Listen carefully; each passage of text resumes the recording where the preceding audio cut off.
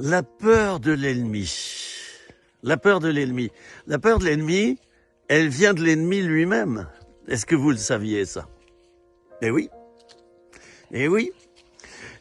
Satan, notre ennemi spirituel, qui existe bien, qui est invisible, mais qui existe bien. Et d'ailleurs, les sorciers en Afrique ont une bonne relation avec lui.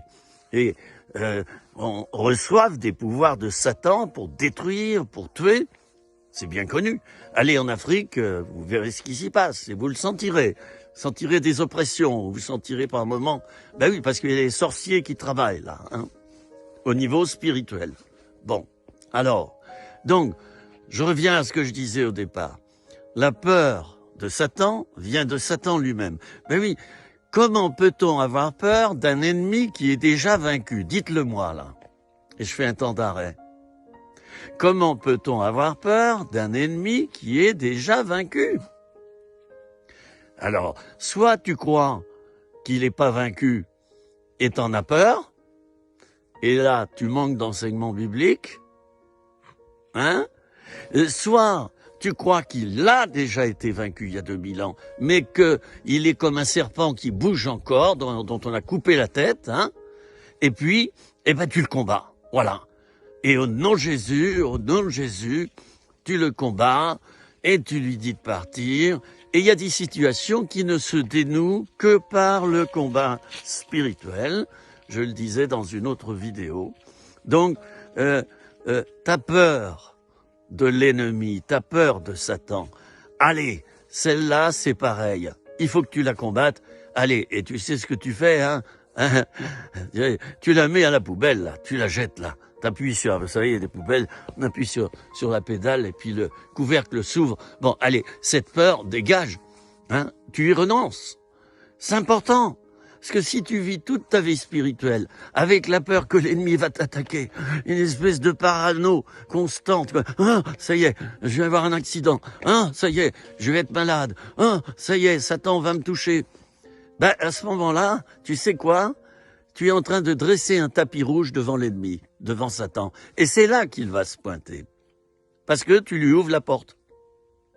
Alors, n'aie pas peur de l'ennemi. Déjà, il est vaincu. Tu te rends compte quand tu vas à un match de foot et que tu sais à l'avance, tu connais à l'avance le résultat, admettons. Bon, c'est pas possible, hein, à moins que ça a été trafiqué, quoi, les résultats. Bon, tu connais déjà le résultat à l'avance. Hein, par exemple, l'équipe française va gagner. Ah, tu le sais déjà. Bah, tu arrives dans le stade comment? Tout penaud?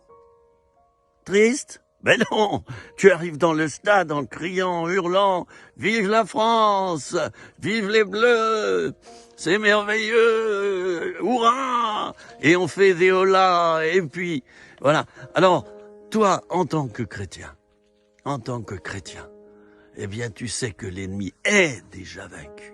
À la croix, Jésus a remporté la victoire. Il a dépouillé les dominations et les autorités en triomphant d'elles par la croix. Il les a livrés en spectacle, publiquement. Livrés en spectacle, c'est-à-dire, ça a été fait publiquement.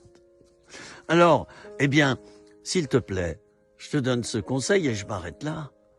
Ben, tu vas me faire le plaisir, hein, de ne plus avoir peur de l'ennemi, hein, et de vivre dans une vie de victoire. Ce qui ne signifie pas que tu n'auras plus d'attaques ou que tu n'auras plus de petites épreuves ou de choses difficiles.